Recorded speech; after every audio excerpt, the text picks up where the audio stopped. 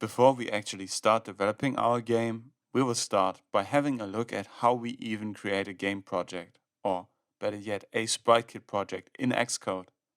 So, we open up Xcode, and in the Welcome to Xcode window, select Create a new Xcode project. Usually, we would select a single view application template, or maybe in a special case, a page-based or master detail application. This time, however, we will choose Game, since we want to create a SpriteKit game. It is also important that you've selected the right platform at the top here. So make sure iOS is selected, and we can then click Next and select a name for the project. I will call mine SpriteKit Demo.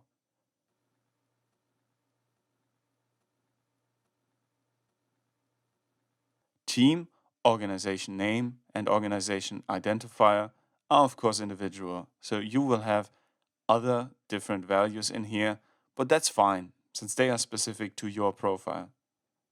The next important point is language, and we will of course select Swift as our programming language.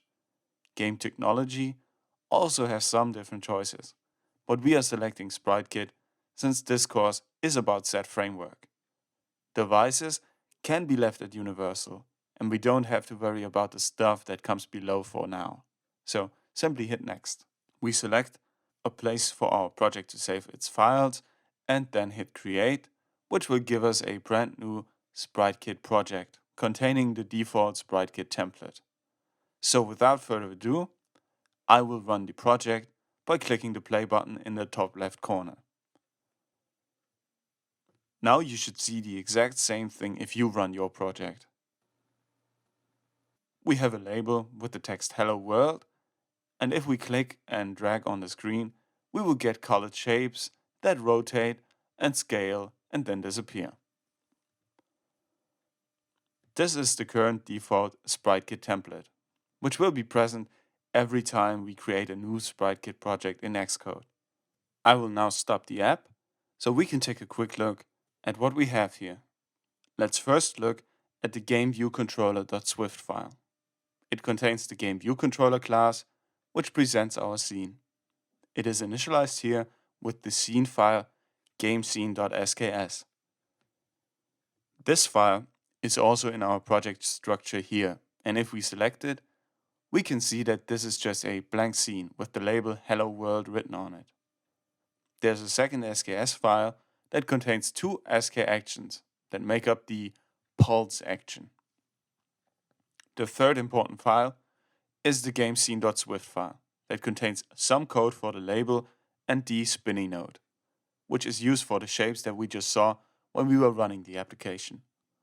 What follows is quite some code, mainly using touchless methods to manipulate these nodes to achieve the result that we saw in the app. We do not have to understand all of this right away, since we do not want to actually work with this template. Instead, we want to create a completely blank project, so we can start from scratch. So that's what we are going to do now. Let's make sure that we delete everything that is pre-implemented in our project so far. We will start by selecting the two SKS files, GameScene and Actions, and simply delete them.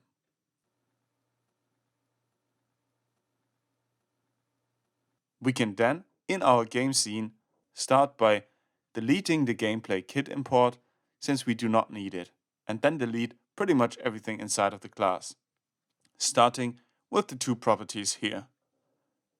The didMoveToView method itself can stay, but we will delete its entire body. Other than that, we can delete all of the other methods completely, so we are left with just the empty didMoveToView method. This method is called as soon as the scene appears on the screen, so we will use it in almost any project that we create, and that's why it can stay. Now, we will go into our GameViewController.swift file and again start by deleting the import of gameplay kit. We can also delete every method but the viewDidLoad method, since they will not be needed for this crash course. The problem is that our scene still gets loaded from the SKS file here. However, we just deleted this file, so this won't work at all. Therefore, I will initialize our game scene differently. And we can also delete the if let statement for this. So I'm going to say let scene is set to game scene initialized with a parameter size set to view.bounds.size, meaning our whole screen is used to create a new instance of game scene. Since game scene is a subclass of skScene, we can use the initializer with the size parameter to do so. View in this case is just a view of our view controller casted as a SpriteKit view, which is able to present a scene. What we have here is the scale mode, which is set to aspect fill. This means that our scene will fill the entire view without margins toward any edge. After that, we already call present scene on our view and show our scene in the view controller. There are three properties of the skView set below. Ignore sibling order is set to true, and what this does will be talked about later on. For now, we just accept that it's in here. Other than that, we have two debug informations. Show FPS set to true and shows node count also set to true. These are just displayed at the bottom of our scene and can help us inspect how our game is performing and how many nodes are currently drawn in our scene. We will add a third debug information already, which is view.showsPhysics, and set it to true. Later on, when we work with physics in our game, this will draw the physics bodies so we can more easily detect them and see how they behave. We now have a pretty empty SpriteKit app, so let's run it. And we should only see a dark gray screen with our debug information in the bottom right corner, and that's exactly what we get here. Wonderful. We have a completely blank application and are able to begin learning about different elements of the SpriteKit framework together.